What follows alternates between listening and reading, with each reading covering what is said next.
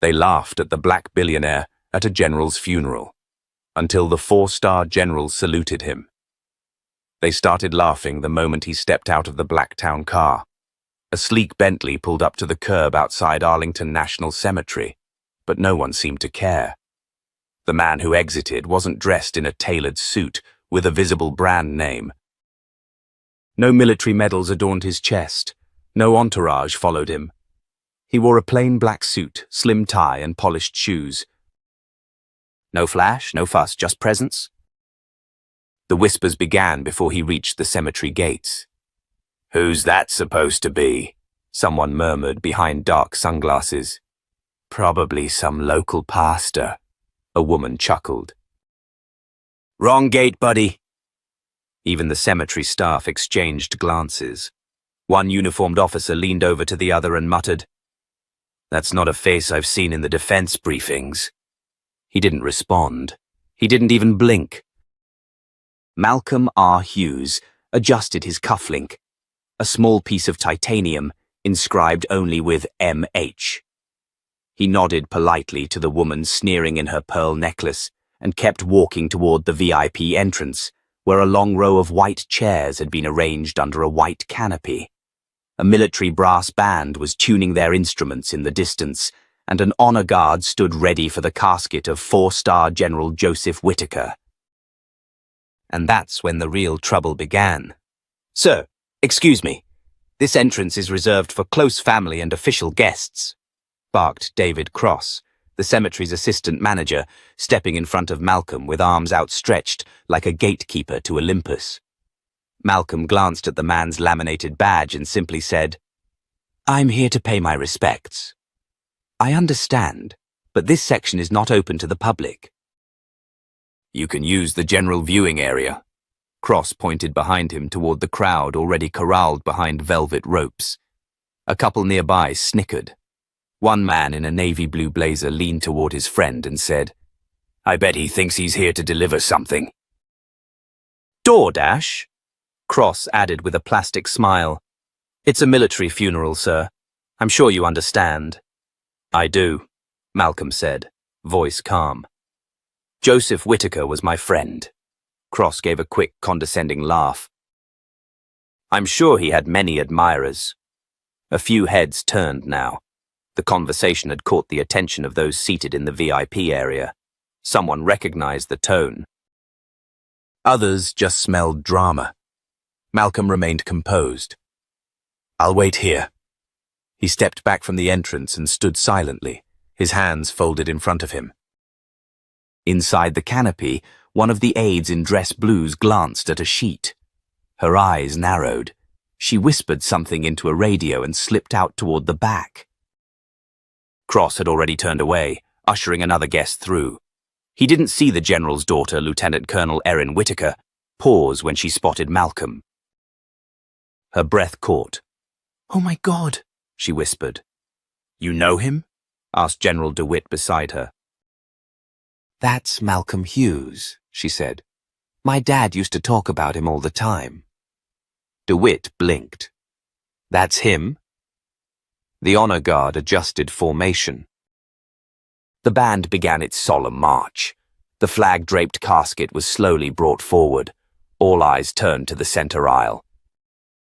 But a few stayed fixed on the tall man now standing near the tree line, separated from the crowd by nothing but pride and protocol. Malcolm watched silently. The last time he'd seen Joseph Whitaker, the man had been wounded and bleeding in a sandstorm in Basra.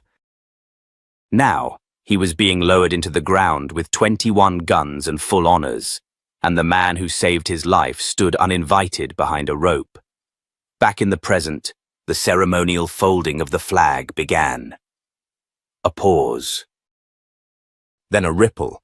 A 4-star general, Clifton DeWitt, rose from his seat without a word, stepped out of the VIP section, and walked briskly toward Malcolm. People gasped. Some stood. Cross tried to intercept. "General, sir, this area is—" DeWitt shot him a glare that could have melted steel. "Stand down." Then, in front of every whispering mouth, every mocking eye, General DeWitt squared his shoulders and saluted Malcolm Hughes. "Mr. Hughes," he said loudly, "you have no idea what it means to have you here." Silence. Even the birds stopped chirping. Malcolm nodded quietly. "Thank you, General." Cross's face drained of color. Then someone in the crowd muttered, "Wait, Hughes? Malcolm Hughes?" A second man, clearly military, blinked. "The cybersecurity guy."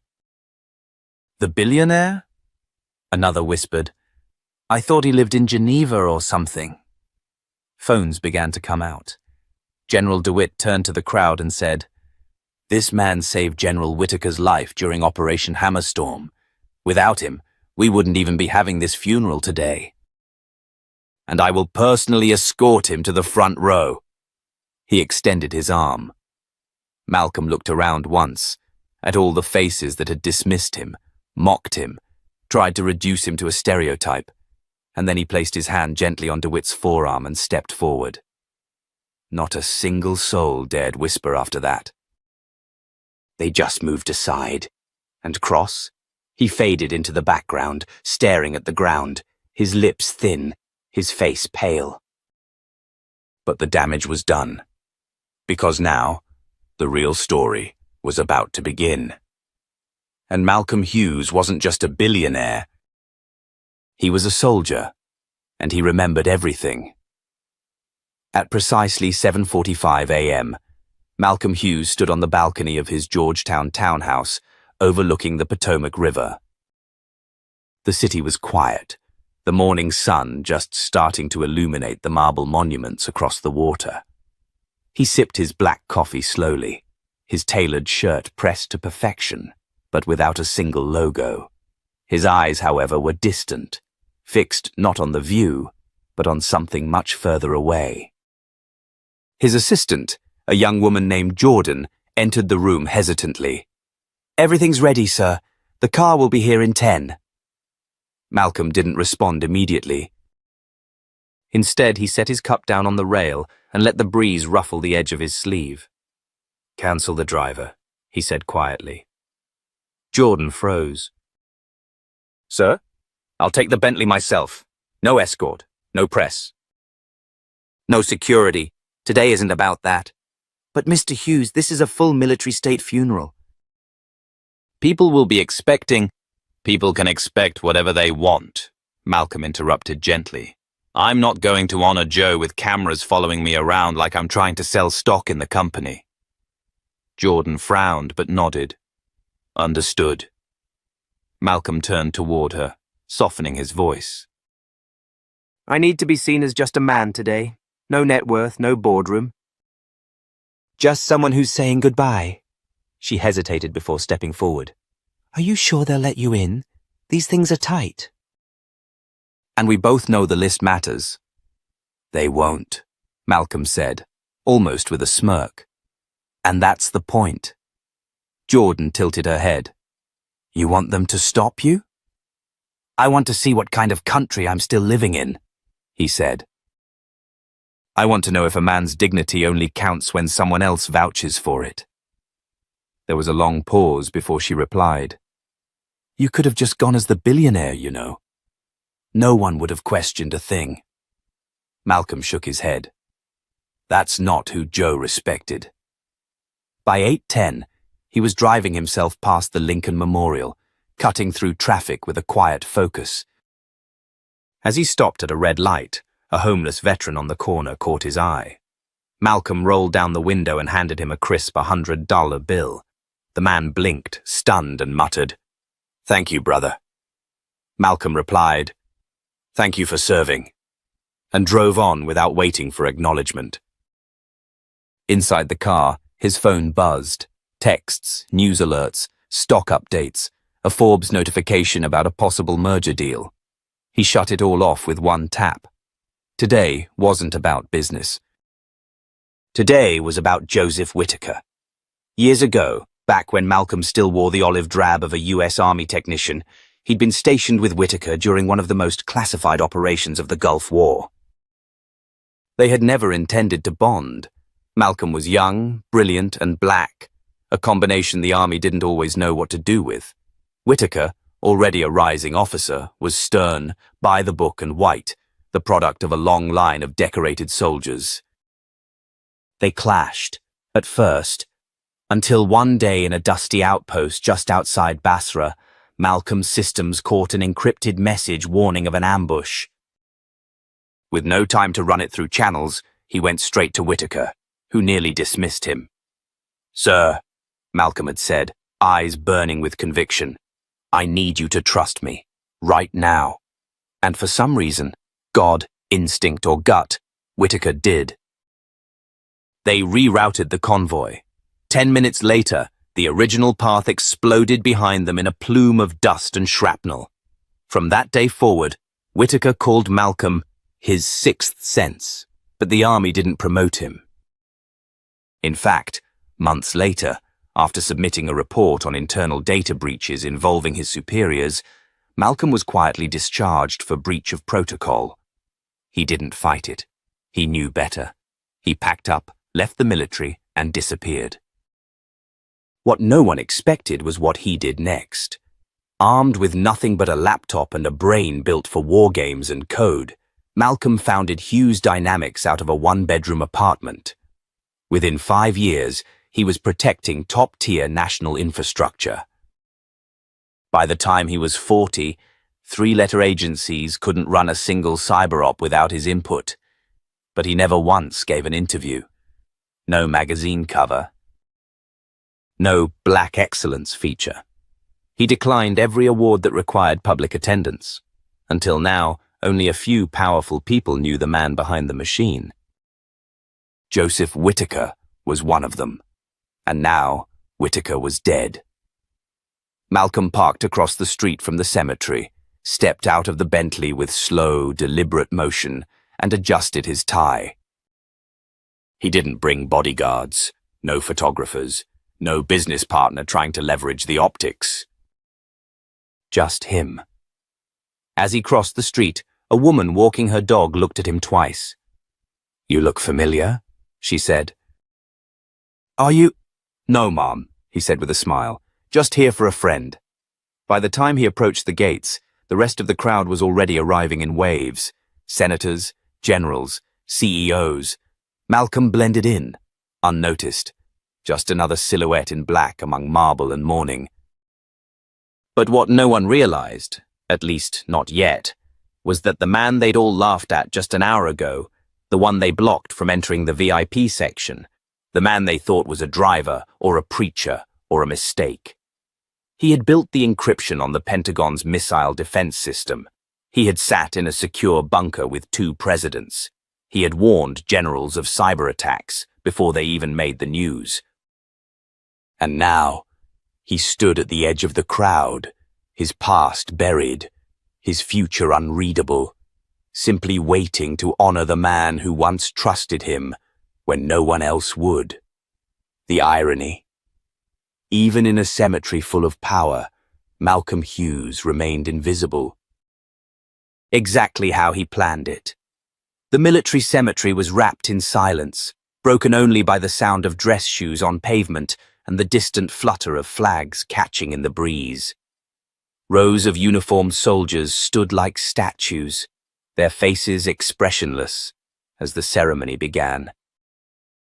Malcolm moved through the crowd slowly, his presence barely noticed by the sea of high-ranking officers and political elites. Their conversations were hushed, thick with insider talk, military operations, intelligence budgets, private contractor deals. None of them gave him a second glance. In their minds, a lone black man in a modest suit with no entourage, no insignia, no entourage, was either a driver who wandered too far or a mistake that security would soon correct. He wasn't listed in the official program. No podium speech. No acknowledgement in the eulogy. And yet, Joseph Whitaker's casket, draped in the American flag, sat just yards away, surrounded by people who once doubted his friendship with Malcolm. As the chaplain began the prayer, Malcolm quietly took a seat on the last row. That was when it began. From 2 rows up, A tall, silver-haired man in a polished Air Force dress uniform turned around and narrowed his eyes. "Excuse me," he said with a clipped tone. "This section is for official invitees."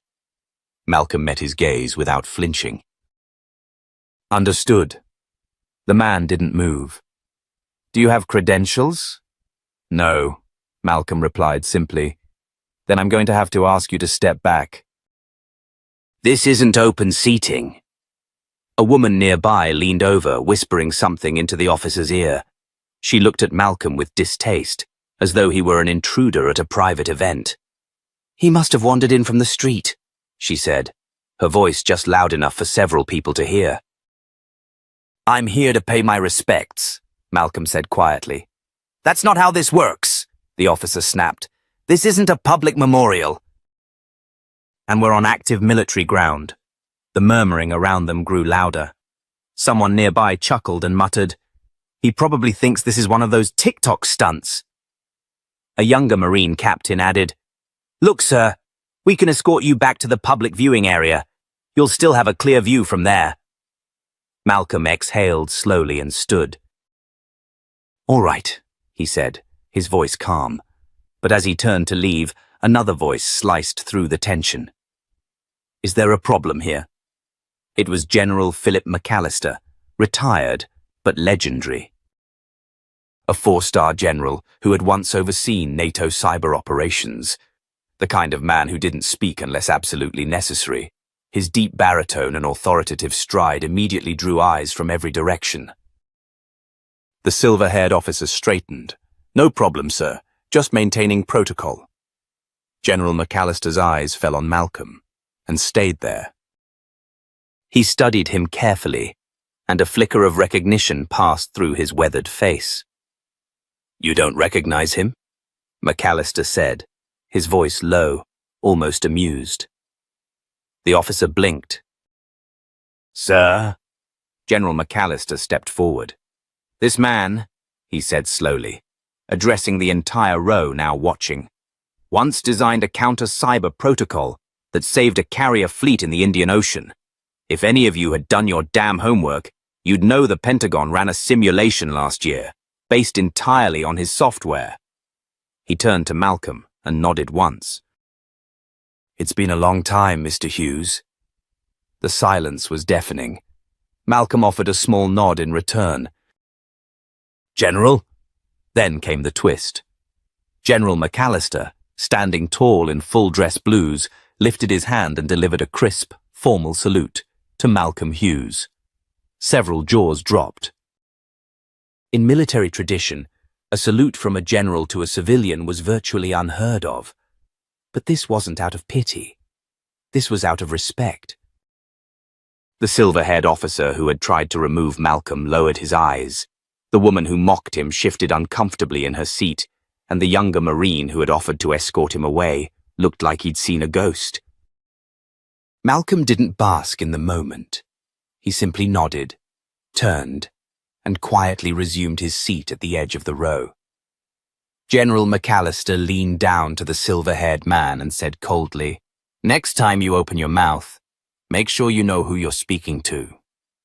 Then, without another word, he took his place near the casket. Whispers spread through the crowd like wildfire. Some people turned to Google. Others asked each other in hushed tones, "Who the hell is Malcolm Hughes?" The chaplain continued the service, unaware of the quiet reckoning that had just unfolded behind him. But one thing had changed. No one asked Malcolm to move again. And as the bugle began to play taps, Malcolm felt the sting of old grief, real and raw. This wasn't about pride or proving a point. It was about saying goodbye to the one man who never saw him as less. And in that sea of uniforms and polished shoes, for the first time in decades, Malcolm Hughes didn't feel invisible. He felt seen. The sun had dipped lower in the sky, casting golden light across the perfectly aligned headstones. After the funeral concluded, most attendees migrated to the reception tent nearby, where white tablecloths, chilled drinks, and high-ranking chatter floated through the air. Malcolm lingered by the casket, not close enough to draw attention again, but just near enough to whisper a final goodbye. He stood quietly, head bowed, hand in his coat pocket, fingers brushing against a small bronze token, one of the few things Joe Whitaker had left him. It wasn't much, just a coin from their first deployment together. But for Malcolm, it might as well have been the Medal of Honor. He finally turned toward the reception, where things had taken on a very different tone. People who had avoided eye contact earlier were now trying to look curious without seeming obvious. A few approached with awkward smiles. "Mr. Hughes, is it? I had no idea," one man said, nervously adjusting his tie. "Really inspiring what you did in defense tech." Malcolm gave him a neutral nod, not indulging the sudden shift in tone. Another woman, who had earlier scoffed as he took his seat, now gushed. "I read that article on Hughes Tech in Forbes. You really built something extraordinary." He smiled slightly but didn't respond. Then came the real twist. From across the tent, a heavy-set man in a deep navy suit stormed toward him. Maxwell Burke, the newly appointed Secretary of Defense Contractor Liaison, and someone who'd once rejected Malcolm's proposals without even a meeting. Burke's voice boomed before he even reached Malcolm. "There you are," he said. "I've been trying to get in touch. We need to talk about the satellite encryption you were developing before you went off-grid." Malcolm's brow lifted. "Off-grid?" Burke laughed dismissively. "Well, I mean, no public appearances. No contracts. You sort of disappeared after that last big merger. People assumed you cashed out." "I did," Malcolm said flatly. Burke lowered his voice. "Look, you and I both know the department needs fresh tech leadership. Hughes Tech is still a name with weight. And this funeral? You've got the eyes of the defense world back on you. We should talk." "Why now?" Malcolm asked, his tone quiet but firm. Burke glanced around. "Come on, Malcolm, let's not play games." "You've got leverage again." Malcolm looked him in the eye. "I never lost it. You just refused to see it." That silenced Burke for a beat. Then Malcolm leaned in, voice barely above a whisper. "You're still using half-finished code we scrapped 5 years ago. I saw it in the leaked specs from your contractors. I built something better, safer, but you ignored it. Because it didn't come from one of your preferred partners." Burke's face flushed. "You don't know what you're talking about." "I know exactly what I'm talking about," Malcolm said, "and you'll never get access to it." The temperature in the tent dropped a few degrees. People nearby had stopped pretending not to listen, and Malcolm didn't stop there. "I'm not interested in playing the Washington handshake game," he continued. "You want security? You need integrity first. Until then, keep buying broken systems and pretending you're surprised when they fail." With that, Malcolm walked away.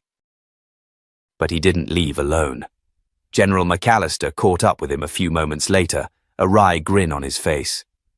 "Still know how to shut a room down," the general said.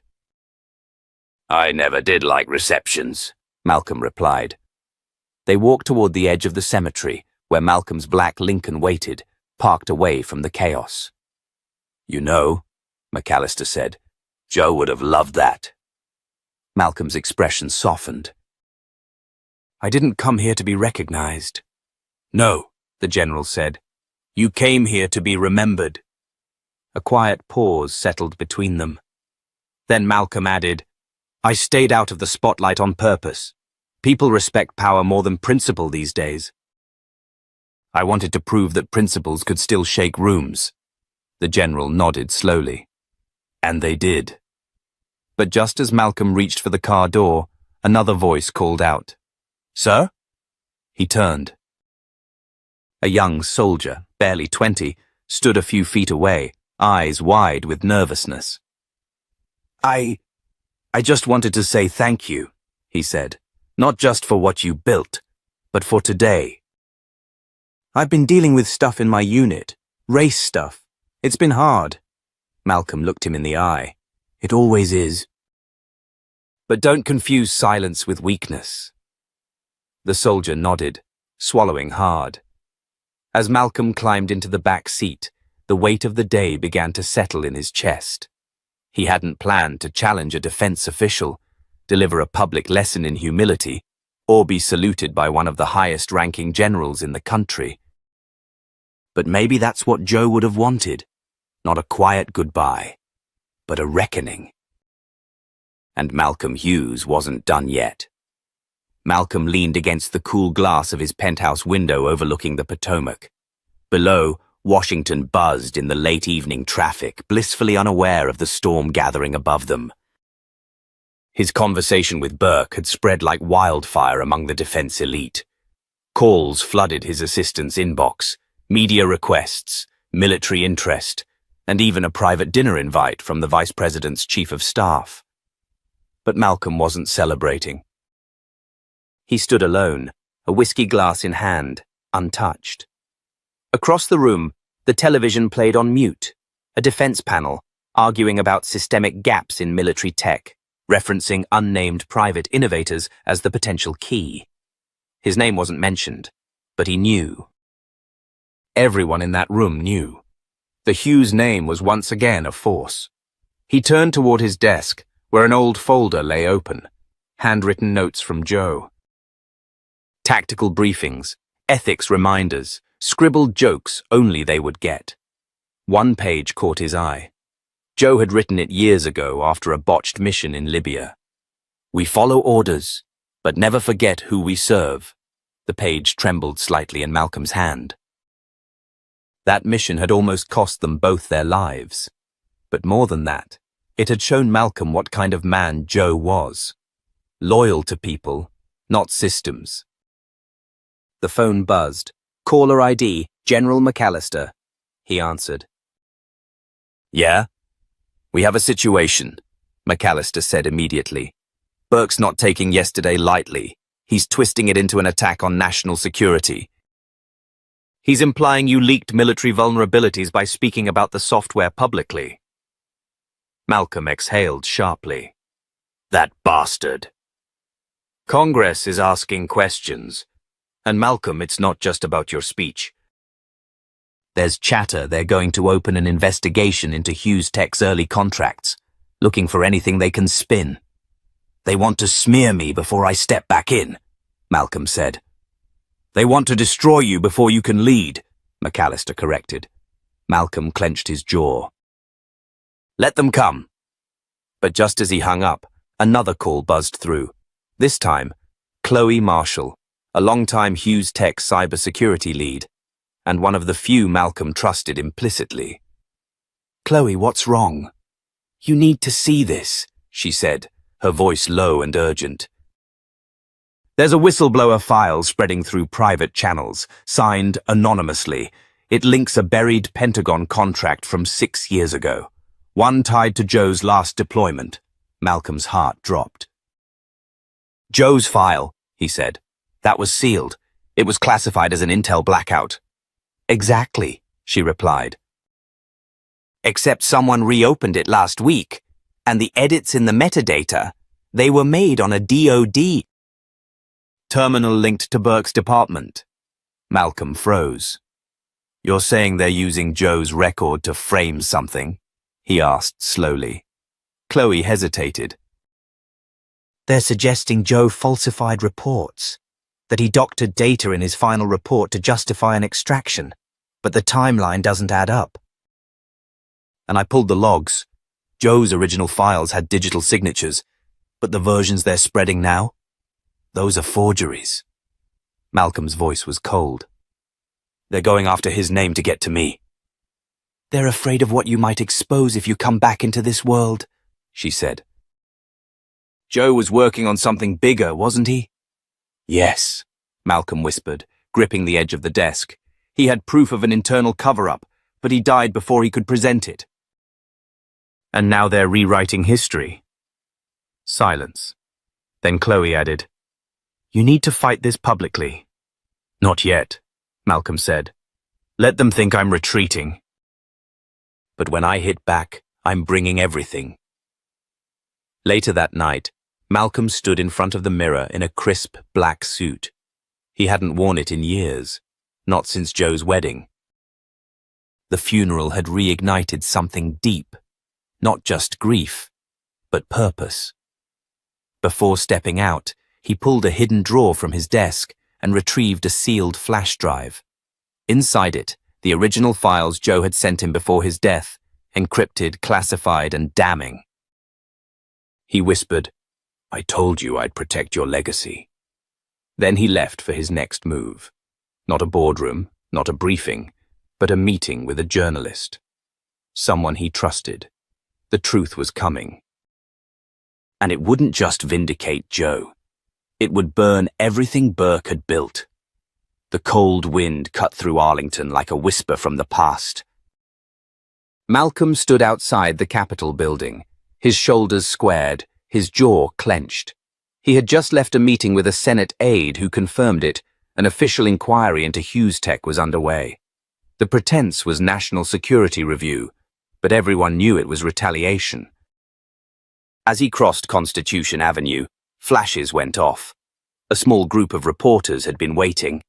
He ignored their questions until a voice pierced through the noise. "Mr. Hughes, is it true you leaked classified Pentagon intel tied to General Whitaker?" He stopped mid-step.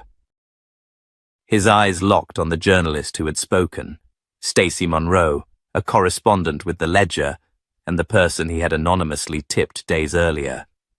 He turned slowly. "It's true I served with General Whitaker, and it's true he entrusted me with information he thought might one day protect lives. The leak? That didn't come from me. But now that it's out there, we should all be asking why the Department of Defense is trying to bury a man who spent 3 decades protecting this country." Gasps, pens scribbled, cameras zoomed in. Back at his office, Malcolm slammed the door behind him and pulled Chloe into the conference room. Agent Ramirez from the Justice Department was already waiting there. A trusted ally from Joe's past, Ramirez had served in military intelligence before moving to internal investigations. He wasn't here on record, but he knew the stakes. "I traced the forgery to a proxy node," Chloe began, tossing up a screen. "Whoever's behind this has access to Tier 3 Pentagon credentials." "That's not just Burke. It's someone above him." Ramirez nodded. "The DoD has a blackout unit designed to wipe trails and manufacture justification during covert ops. Joe flagged their activities in his final encrypted memo, which was deleted after his death," Malcolm said. "But I had a backup. Joe sent me the data 3 days before his convoy was hit." Ramirez leaned forward. "Then we have what we need. Bring this public. Force a congressional hearing." But Malcolm shook his head. "If we go public now, Burke will spin it. He'll bury it in red tape and leak something worse. We need to flip one of his insiders." Chloe raised an eyebrow. "You have someone in mind?" "Yeah," Malcolm said. "His senior policy aide, Jordan Keyes. I trained her when she interned with us before she went to the Hill. She knows how to navigate the politics and she hates corruption." The next day, under the cover of night, Malcolm met Jordan at a secluded jazz bar in Georgetown. The music softened their conversation, but the intensity of their words cut through the mellow notes. "They'll come after me," Jordan said, swirling her drink nervously. "I signed NDAs, Malcolm. You know how airtight this stuff is." "I'm not asking for the files," he said. "I'm asking for the thread that unravels them." "Point me to the weak link, and I'll do the rest." She hesitated, then reached into her purse and slid over a tiny memory card. "There's a name in there, a systems admin named Quentin Rooks. He's sloppy, likes to brag. If Burke paid someone off to falsify those logs, it was him." By the next morning, Chloe was already in touch with a contact at a private data firm in New York. Within hours, they cracked Rook's shadow accounts, Messages, payment logs, even receipts for encrypted drive swaps. It was all there. Malcolm stood with Ramirez as the evidence populated across the screen. "You ready to take this to the Hill?" Ramirez asked. "No," Malcolm replied. "I'm ready to take this to the world." They coordinated with Stacey Monroe. She agreed to hold the exclusive until Malcolm's team gave the go. But in the meantime, she dug into Burke's past, uncovering questionable no-bid contracts and offshore transfers. Then came the twist.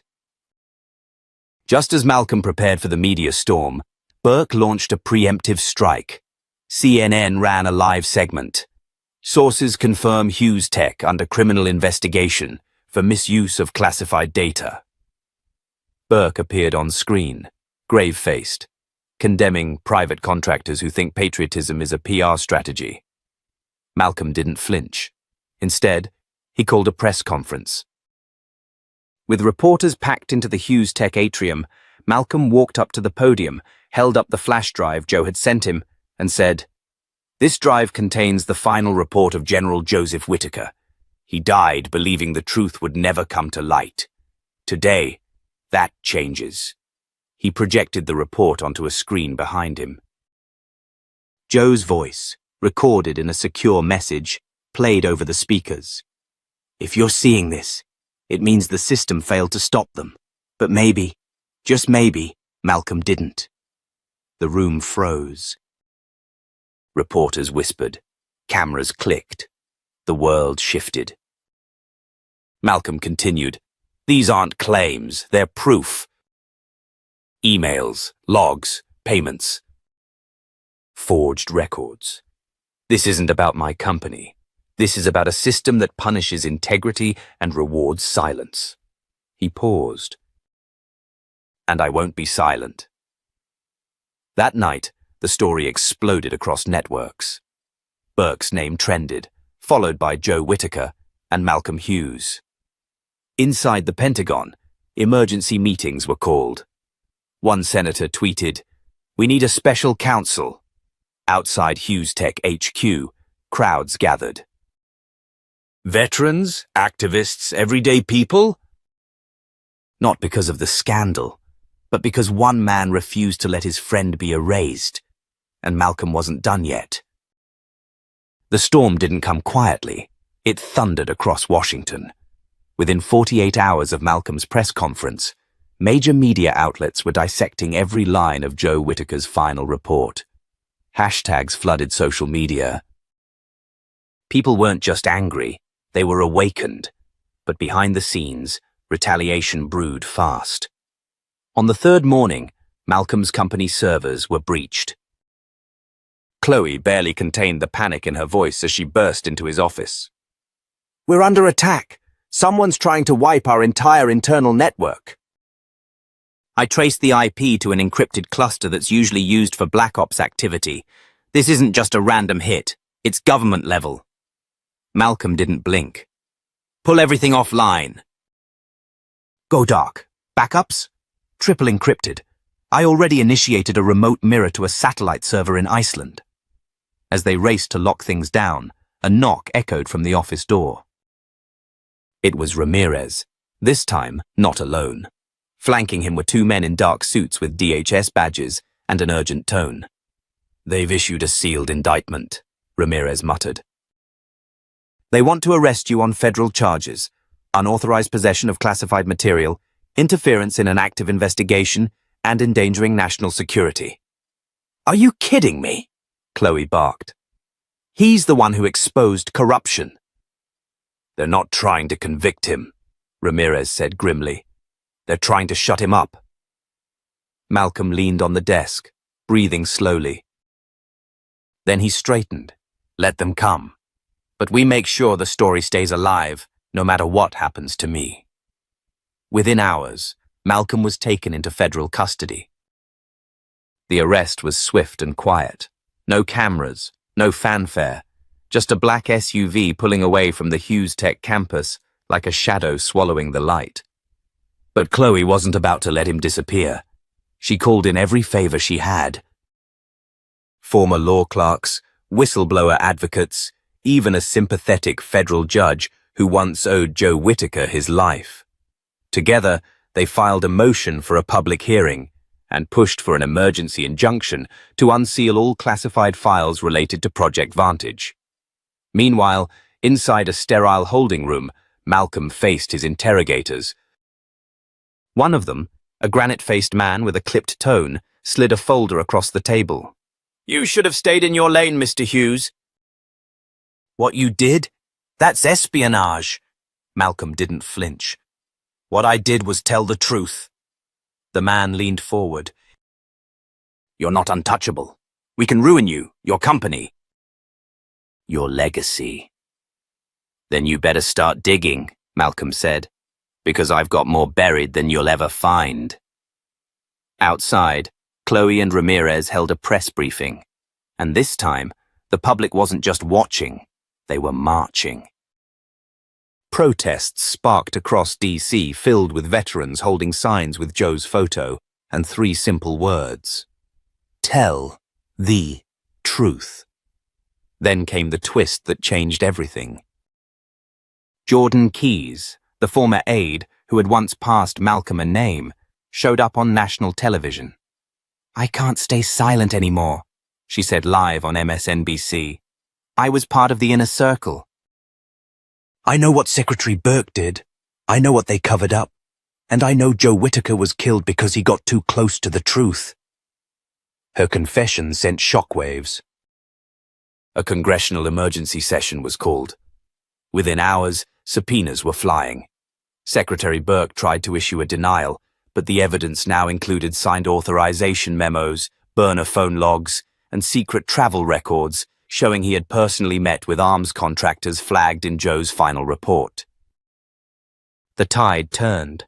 Inside the detention center, Ramirez entered Malcolm's cell. "You're getting out." Charges dropped. Judge ruled the prosecution acted in bad faith. And there's more. Burke's facing indictment. Malcolm exhaled slowly, his body sagging under the weight of the news. "Did Joe's name get cleared?" Ramirez smiled. "Posthumous commendation. Full honors reinstated." By the time Malcolm stepped out of the courthouse, the crowd waiting for him filled the steps. Veterans saluted. Journalists shouted questions. Chloe stood near the front, tears in her eyes, but a grin of defiance on her face. And then, breaking through the crowd, a familiar uniform approached. 4 stars gleamed on his shoulders. General Aaron T. Langston, the only living superior officer who had served alongside Joe and Malcolm in Operation Sandbreaker, walked up to him. He extended his hand. "You honored your friend and your country," Langston said, his voice firm. "But that salute..." He stepped back and raised his hand to his brow. A crisp, silent salute from a 4-star general to a black billionaire once laughed at for simply showing up at a funeral. The crowd fell silent, then erupted. Not because Malcolm had won, but because integrity had. And the war for truth was no longer being fought in the shadows. It was out in the light. It had been 3 weeks since the storm broke. The halls of Congress buzzed with the fallout from the Whitaker scandal, and the news cycles were still saturated with words like conspiracy, hero, and cover-up. But Malcolm wasn't concerned with headlines anymore. He was on a mission Joe would have understood better than anyone. The day began with Malcolm walking into Hughes Tech's auditorium. It was packed. Reporters, activists, veterans, and curious citizens. Chloe was on stage already, setting up the stream. Behind them, a giant screen displayed 2 words in bold: Justice Forward. The event wasn't a press conference. It was a launch. Malcolm stepped to the podium, dressed simply in a navy suit, his expression calm but unyielding. "When I was 23, I sat beside Joe Whitaker in a Humvee as we crossed into the most dangerous sector of Kandahar. He looked over at me, this green kid with too much confidence, and said, Don't let people underestimate you, but don't ever forget who you are either. That stuck with me. He paused, eyes scanning the room. And yet, years later, I stood at his funeral, surrounded by suits and silence. Not one of them knew who I was. Not because I hid, but because they didn't bother to ask. Murmurs of recognition rippled across the crowd. I didn't speak that day. I just stood there while people judged me for what I looked like, not for what I had lived. That ends today. The screen behind him changed to images of Joe, smiling in uniform, training young soldiers. And the final one, the medal ceremony that had been denied but was now retroactively awarded. We created Justice Forward to make sure what happened to Joe Whitaker never happens again. Not just to veterans, not just to whistleblowers, but to every person who risks everything to do the right thing. As the room erupted in applause, Ramirez leaned over to Chloe. He's not just fighting a system anymore, he's building a new one. But the battle wasn't over. That night, Malcolm was approached by a familiar face, Senator Harmon, who had been silent through the entire ordeal. You made a lot of enemies, Malcolm, Harmon said, tone edged with warning. People who don't like being exposed. Malcolm didn't flinch. Good. That means they noticed. Harmon smirked. You're not afraid this will cost you your contracts? Your influence? I already paid a higher price, Malcolm replied. I lost a brother. Then came the twist. Later that week, during a live Senate ethics hearing, a whistleblower from inside the Department of Defense testified that Secretary Burke had not only orchestrated the smear campaign against Joe, but had also authorized black bag operations to intimidate potential leakers, one of whom had been found dead 2 years earlier in what was ruled a suicide. It wasn't. The courtroom fell silent as the revelation hit. Burke, now under criminal indictment, sat stone-faced while the entire chamber stared. Malcolm watched from a viewing room. No satisfaction, no smugness, just resolve. After the hearing, he returned to Arlington. This time it wasn't a funeral. It was a dedication. A new monument stood at the edge of Section 60, smaller than most, but powerful in presence. A bronze figure of a soldier holding his helmet against his chest. The inscription read, Truth never dies in silence. In honor of General Joseph Whitaker. Standing among a modest crowd, Malcolm laid a single white rose at the base and stepped back. Chloe reached for his hand. He'd be proud, she whispered. He'd say it's just the beginning, Malcolm answered. And it was. The screen fades to black. Then words appear, inspired by true events. Speak up. Stand firm. Be the change. If this story moved you, share it. Support our channel for more stories that expose truth and honor courage. Because some stories don't end at the funeral. They begin there,